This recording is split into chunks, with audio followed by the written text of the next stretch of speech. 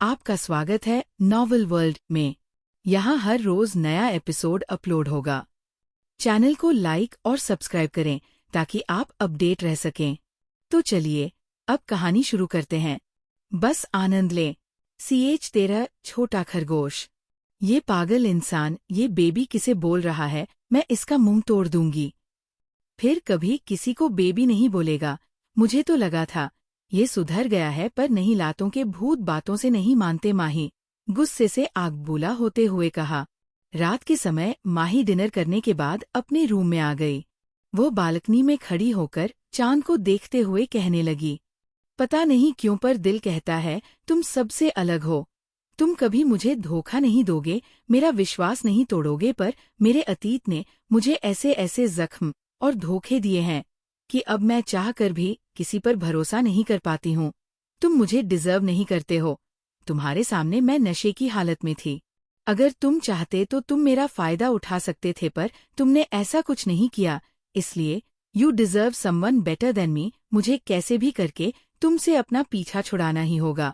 ये सब कहते वक्त माही को चांद में आर्यन का चेहरा नजर आ रहा था। कुछ देर ऐसे ही चांद को देखने के बाद माही रूम में आकर सो गई। अगली सुबह, आज सोमवार का दिन था। माही आज जल्दी उठ नहा धोकर तैयार हो गई थी। उसने आज पिंक कलर का अनारकली सूट के साथ माथे पर एक छोटी सी पिंक कलर की बिंदी लगा रखी थी, आंखों में काजल, कानों में छोटे छोटे झुमके और बालों को खुला छोड़ रखा था। वो बेहद खूबसूरत लग रही थी। वो जल्दी से कार की चाबी लेकर मंदिर के लिए निकल गई। अभी सिर्फ सुबह के 6 ही बजे थे।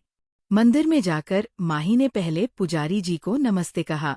नमस्ते बेटा, हमेशा की तरह तुम आज भी आ गई अपने देवता की पूजा करने के लिए, पंडित जी ने कहा। हाँ पंडित जी, आपको तो पता ही है, जब तक सोमवार को मैं महादेव की पूजा ना कर लूं, मेरे मन को शांति नहीं मिलती। माही ने महादेव की मूर्ति को देखते हुए कहा। उसके चेहरे पर एक अलग ही सुकून था, जो अक्सर कहीं खो सा जाता है। हमेशा ऐसे ही खुश रहो बेटा, महादेव तुम्हारी हर मनोकामना पूर्ण करे, पंडित जी ने माही को आशीर्वाद देते हुए कहा। थोड़ी देर बाद पूरे मंदिर में एक आवाज गूंजने लगी। माही अपनी मीठी सी आवाज में अपने महादेव को खुश कर रही थी। सभी लोग माही की आवाज सुन मंदिर की तरफ आने लगते हैं। जय शिव ओंकारा, भोले हर शिव ओंकारा, ब्रह्मा विष्णु सदाशिव अर्धांगी धारा, हर हर हर महादेव, एकानन चतुरानन पंचानन राजे, हसासन गरुड़ासन वृषवाहन साजे, हर हर हर महादेव, 2 भुज 4 चतुर्भुज 10 भुज अति सोहे, तीनों रूप निरखता त्रिभुवन जन मोहे, हर हर हर महादेव, अक्षमाला बनमाला मुंडमाला धारी, चंदन मृगमत सोहे भोले शशिधारी, हर हर हर महादेव, श्वेतांबर पीतांबर बाघंबर अंगे, सनकादिक गरुणादिक भूतादिक संगे, हर हर हर महादेव, कर के मध्य कमंडलु चक्र त्रिशूल धरता, जग करता जगभरता जगपालन करता, हर हर हर महादेव, ब्रह्मा विष्णु सदाशिव जानत अविवेका, प्रणवाक्षर के मध्य ये तीनों एका, हर हर हर महादेव, काशी में विश्वनाथ विराजत नंदी ब्रह्मचारी, नित उठी दर्शन पावत रुचि रुचि भोग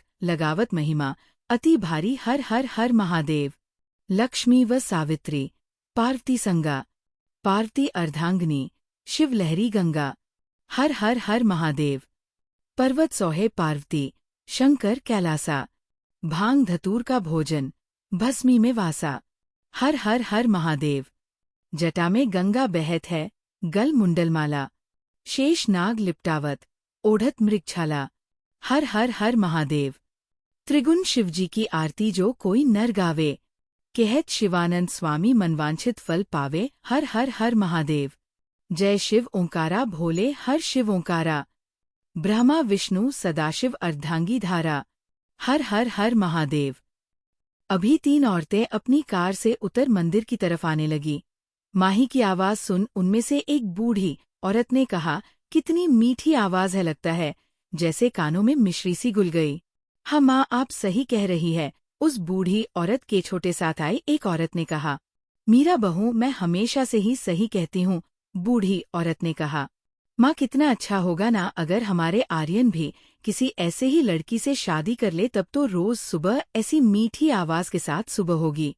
दूसरी औरत ने कहा, हम भी यही चाहते हैं साक्षी बहू, आर्यन जल्दी से शादी कर ले, वो पहले ही 30 साल का हो गया है। बूढ़ी औरत ने कहा, माँ आप निराश ना हो, महादेव हमारी ये इच्छा जरूर पूरी करेंगे। मीरा ने कहा। जब वो तीनों मंदिर के अंदर पहुंची तो माही आरती कर रही थी। आरती खत्म होने के बाद माही ने आरती की थाल पंडित जी को दी और उन्हें नमस्ते कहकर वापस जाने लगी। जब उस बूढ़ी औरत ने माही को देखा तो वो उसकी खूबसूरती देख हैरान रह गई। माही सूट में बिल्कुल शांत स्वभाव की लड़की लग रही थी। माही के जाने के बाद उस बूढ़ी औरत ने पंडित जी से कहा, प्रणाम पंडित जी। प्रणाम गायत्री जी, पंडित जी ने कहा। ये लड़की कौन थी जो आज आरती कर रही थी? गायत्री जी ने पंडित जी से पूछा। वे माही बिटिया थी। वो हर सोमवार को मंदिर आकर भगवान की पूजा करती है। अभी वो कुछ महीनों पहले ही विदेश से वापस आई है, वरना वो विदेश जाने से पहले भी हर सोमवार मंदिर आती थी। हमें तो लगा था विदेश जाकर अपने संस्कार भूल जाएगी, पर उन्होंने हमें गलत साबित कर दिया। महादेव हमेशा उनकी रक्षा करें। कितनी सुशील और संस्कारी लड़की है ना, मीरा ने कहा। हाँ, काश हमारी पोता बहू भी ऐसे ही हो, गायत्री ने कहा। माही मंदिर से निकलकर स्वर्ग की तरफ चली गई। वहां जाकर उसने सभी बच्चों को डांस सिखाया। डांस करते वक्त माही के बाल हवा में लहरा रहे थे। उसके पैरों के घुंघरू लगातार हवा में मीठी ध्वनि पैदा कर रहे थे। माही सभी बच्चों को बाय बोल वापस घर आ गई। माही को घर आते आते 8 बज गए थे। आप इतनी जल्दी वापस आ गई, हमें तो लगा था कहीं आज भी आप बच्चों के साथ रहकर हमें भूल ही जाएगी। शारदा जी ने कहा। नहीं अम्मस, हम आपको कभी भी नहीं भूल सकते। ये कहकर माही ने शारदा जी के गाल पर किस कर दिया। हम बहुत हो गई तुम्हारी मक्खन बाजी, अब चलो नाश्ता करने, सब हमारा इंतजार कर रहे होंगे। शारदा जी ने मुस्कुराते हुए कहा। नाश्ता करने के बाद माही अपने रूम में आ गई। पाखी को आज उसके स्टूडियो से रिलेटेड कुछ काम था, इसलिए वो बाहर गई हुई थी। माही ने बेड पर बैठकर सोचा, अभी कैफे जाने में टाइम है, मुझे थोड़ा काम कर लेना चाहिए। इसलिए उसने अलमारी से अपना लैपटॉप निकाला और बेड पर बैठकर अपने इनबॉक्स में ईमेल चेक करने लगी। उसका काम इतना पेंडिंग पड़ा था कि उसे पता ही नहीं चला कि कब दोपहर के 12 बज गए। उसने लैपटॉप को बंद कर वापस अलमारी के अंदर एक सीक्रेट डोर में छुपा दिया। फिर वो तैयार होकर चली गई। माही ने आज एक पीच कलर की घुटनों तक की 1 पीस फ्रॉक पहनी थी और बालों की पोनीटेल बना रखी थी। वो बहुत क्यूट लग रही थी। उसने अपने पर्स में आर्यन का फोन रखा और कार की लेकर कैफे के लिए निकल गई। माही थोड़ी जल्दी ही कैफे में पहुंच गई। वो कैफे के एक कोने की टेबल पर जाकर बैठ गई और अपने लिए एक चॉकलेट शेक ऑर्डर कर दिया। माही ने जब कैसे को ध्यान से देखा तो उसे महसूस हुआ कि कैफे में सिर्फ 1-2 लोग ही हैं, पर उसने इस बात पर ज्यादा ध्यान नहीं दिया। 5 मिनट बाद पूरा कैफे खाली था, सिर्फ माही ही कैफे में बैठी थी। जब माही ने कैसे के स्टाफ के अलावा किसी को नहीं देखा तो उसे शक हुआ। उसने अपने हाथों में बनी घड़ी में टाइम देखा तो 1:40 हो रहे थे। माही जब टेबल से उठने लगी तभी उसे कैफे के गेट को ओपन होते देखा। वहां से आर्यन बड़े ही एलिगेंट तरीके से अंदर आ रहा था। जब आर्यन ने माही को देखा तो उसने अपने मन में कहा, क्या ये मुझे देखने के लिए ऐसे तैयार होकर आई है? आर्यन को माही किसी छोटे से खरगोश की तरह लग रही थी, जो दुनिया की हैवानियत और बुराइयों से अनजान है। आर्यन माही की टेबल पर आकर उसके पास वाली चेयर पर बैठ गया। माही भी वापस अपनी जगह पर बैठ गई। मैं ट्रैफिक की वजह से थोड़ा लेट हो गया था, आर्यन ने कहा। अगर लेट हो गए हैं तो सॉरी नहीं बोल सकते, पर पता नहीं इतना एटीट्यूड लाते कहाँ से है, यह माही ने धीरे से बड़बड़ाया। पर आर्यन ने ये सुन लिया, पैदा होने के साथ ही मिला है और मैं कभी किसी को सॉरी नहीं बोलता। आर्यन ने अपने एक्सप्रेशनलेस चेहरे के साथ ही कहा। मुझे क्या मतलब है आपके सॉरी बोलने या ना बोलने से, आपकी जिंदगी, आपका जो मन करे वो करो, माही ने मुंह बनाकर कहा। CH14 माई क्यूट लिटिल रैबिट। पर आर्यन ने ये सुन लिया, पैदा होने के साथ ही मिला है और मैं कभी किसी को सॉरी नहीं बोलता। आर्यन ने अपने एक्सप्रेशनलेस चेहरे के साथ ही कहा, मुझे क्या मतलब है आपके सॉरी बोलने या ना बोलने से, आपकी जिंदगी, आपका जो मन करे वो करो, माही ने मुंह बनाकर कहा। ये सुन आर्यन ने अपनी चेयर को माही की चेयर के करीब कर एक झटके से माही को खींचकर उसे अपनी गोद में बिठा लिया। ये सब बहुत ही जल्दी हुआ। जब माही को होश आया कि अभी अभी क्या हुआ और वो अभी आर्यन की गोद में बैठी है, तो उसकी दिल की धड़कन मेट्रो ट्रेन से भी ज्यादा तेज चलने लगी। माही आर्यन की गोद से उठने लगी तो आर्यन ने अपने हाथ से उसकी कमर को पकड़ लिया। माही सिर्फ झटटा सकती थी, क्योंकि आर्यन की पकड़ माही की कमर पर कसती जा रही थी। माही ने भी अब आर्यन की गोद से उठने की कोशिश करना अब बंद कर दी थी। आर्यन ने जब देखा कि माही उससे दूर जाने की कोशिश नहीं कर रही है, तो वो बहुत खुश हो गया। उसने अपनी पकड़ माही की कमर पर थोड़ी कम कर दी और अपनी दूसरे हाथ से माही के बालों के साथ खेलने लगा। तुम्हें सच में कोई फर्क नहीं पड़ता है मुझसे, या ये सिर्फ तुम मुझे खुद से दूर करने के लिए कह रही हो? आर्यन ने माही के थोड़ा करीब होते हुए कहा। नहीं पड़ता कोई फर्क मुझे आपसे, माही ने कहा। सच में फर्क नहीं पड़ता। आर्यन ये कहते वक्त माही के बेहद करीब आ गया था। आर्यन की सांसों की गर्माहट को अब माही अपनी गर्दन पर महसूस कर सकती थी। माही ने थोड़ा हक लाते हुए कहा, ना, नहीं, नहीं फर्क पड़ता है। तो तुम मेरे इतने करीब आने से हकला क्यों रही हो? तुम्हारा दिल इतनी तेजी से क्यों धड़क रहा है? आर्यन ने माही से पूछा। माही ने अपने दोनों हाथों को आर्यन की चेस्ट पर रख उसे धक्का देने लगी, जिससे आर्यन थोड़ा माही से दूर हो गया। मिस्टर, आप चुपचाप मुझे मेरा फोन वापस दीजिए। मेरे पास और भी बहुत काम है, समझे आप? माही ने अपनी एक उंगली आर्यन को दिखाते हुए कहा। आर्यन ने पहले तो माही को देखा, जिसका चेहरा अभी टमाटर की तरह पूरा लाल था। शायद गुस्से में या शर्म के कारण फिर उसने उसकी उंगली की तरफ देखा जो माही उसे दिखा रही थी। आर्यन ने बेहद प्यार से माही की उंगली को पकड़ लिया और उसे किस किया। ये देख माही को बहुत ज्यादा गुस्सा आने लगा। उसने गुस्से के साथ कहा, तुमने मेरी उंगली को किस क्यों किया? आर्यन ने स्माइल करते हुए कहा, तुमको अच्छा नहीं लगा मैंने तुम्हारी उंगली को किस किया? कोई बात नहीं। ये कहकर आर्यन ने माही को थोड़ा और अपने करीब किया और अपने होंठ माही के होठों पर रख दिए और उसे बड़े प्यार के साथ डीपली किस करने लगा। वहीं माही की आंखें हैरानी में बड़ी हो गई। वो तो आर्यन के इस सडन रिएक्शन से चौंक ही गई। वह बस अपनी आंखें फाड़े आर्यन की आंखों में ही देख रही थी। वही आर्यन का एक हाथ माही की कमर और दूसरा उसके गर्दन पर था। आर्यन बड़े प्यार के साथ माही के अपर लिप को सक कर रहा था, तो कभी लोअर लिप को। 15 मिनट बाद जब आर्यन को लगा माही बिल्कुल भी सांस नहीं ले पा रही है, तो उसने माही को किस करना बंद कर दिया। माही जोर जोर से सांसें ले रही थी। सांस नहीं आने के कारण उसका चेहरा पूरा का पूरा लाल हो गया था। इतनी तेज से सांसें लेने के कारण माही की चेस्ट बार बार ऊपर नीचे हो रही थी। इसीलिए आर्यन का ध्यान भी उस तरफ चला गया। आर्यन का गला फिर से सूखने लगा था। उसकी बॉडी भी गर्म होने लगी थी। जब माही नॉर्मल हुई और उसने आर्यन को कहीं और देखते हुए पाया, तो उसने भी उसकी नजरों का पीछा कर वहां देखा, तो उस तरफ देख माही ने गुस्से में कहा, तुम बेशर्म इंसान, तुमको बिल्कुल भी इससे आगे। माही कुछ कहती कि आर्यन ने फिर से उसे किस करना स्टार्ट कर दिया। आर्यन ने माही के होठों पर बाइट किया, जिससे माही की आह निकल गई, पर आर्यन तो यही चाहता था कि माही अपना मुंह खोले।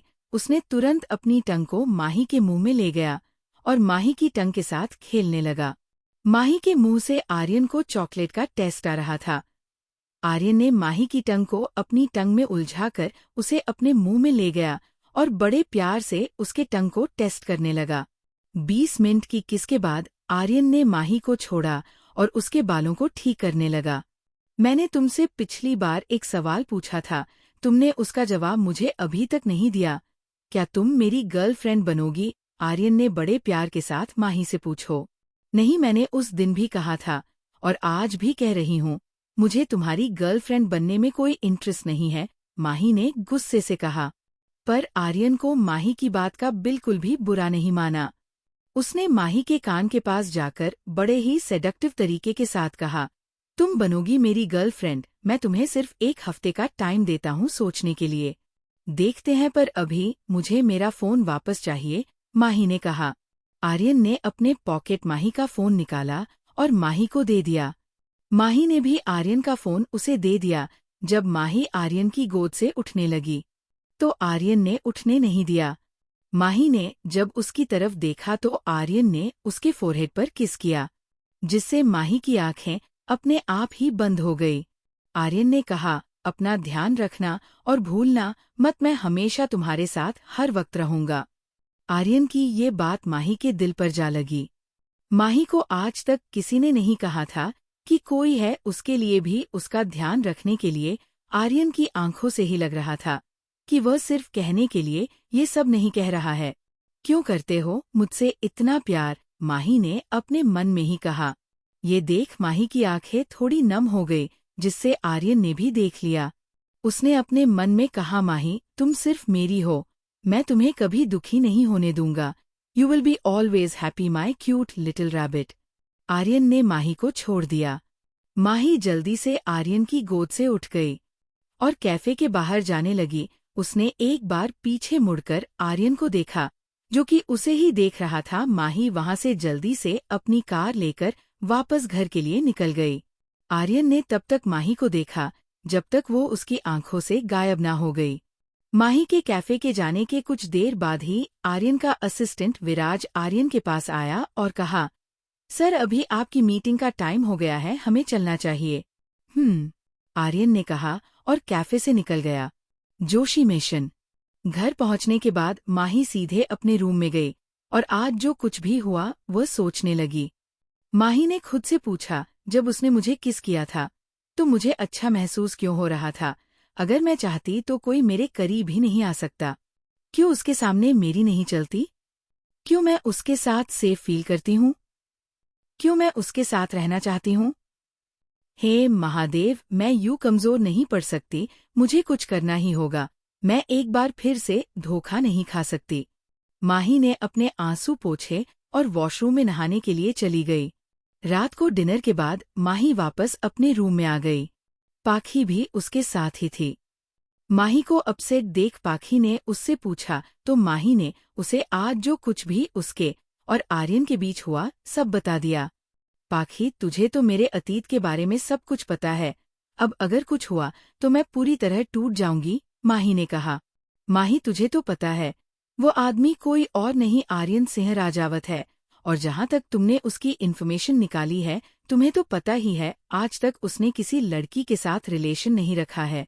पाखी ने कहा, पता है, तभी तो इतना डर लगता है।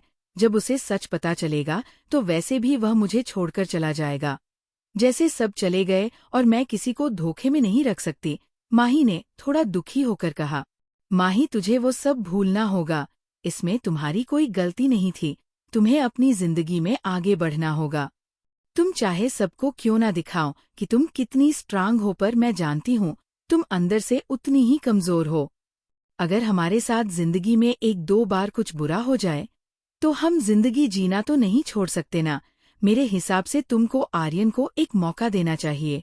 पता नहीं क्यों, पर मुझे एक बहुत अच्छी फीलिंग आ रही है तुमको और आर्यन को साथ देखकर, पाखी ने माही को समझाते हुए कहा।